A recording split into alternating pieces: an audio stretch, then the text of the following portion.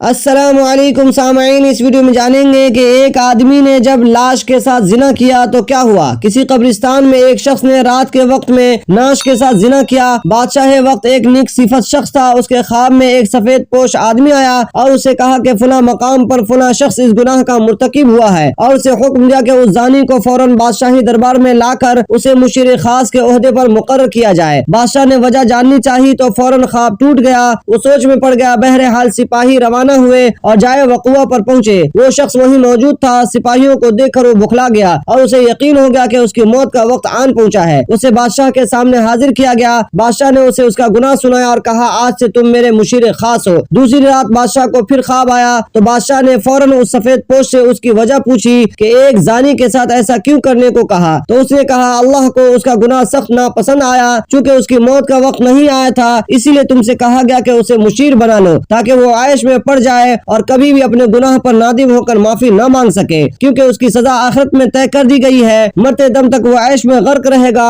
اور بلکہ خوش بھی ہوگا کہ جس گناہ پر اسے سزا ملنی چاہیے تھی اسی گناہ پر اسے اعلیٰ عہدہ مل گیا۔ سو اسے گمراہی میں رکھنا مقصد تھا۔ اللہ ہم سب کی گناہوں سے حفاظت فرمائے۔ تو کمنٹ باکس میں آمین ثم آمین ضرور لکھیں۔